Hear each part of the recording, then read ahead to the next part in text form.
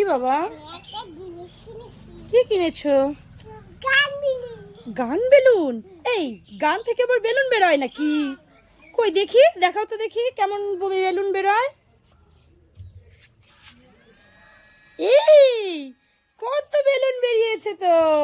এগুলো তো বেলুন নয়, এগুলো তো বাবলস।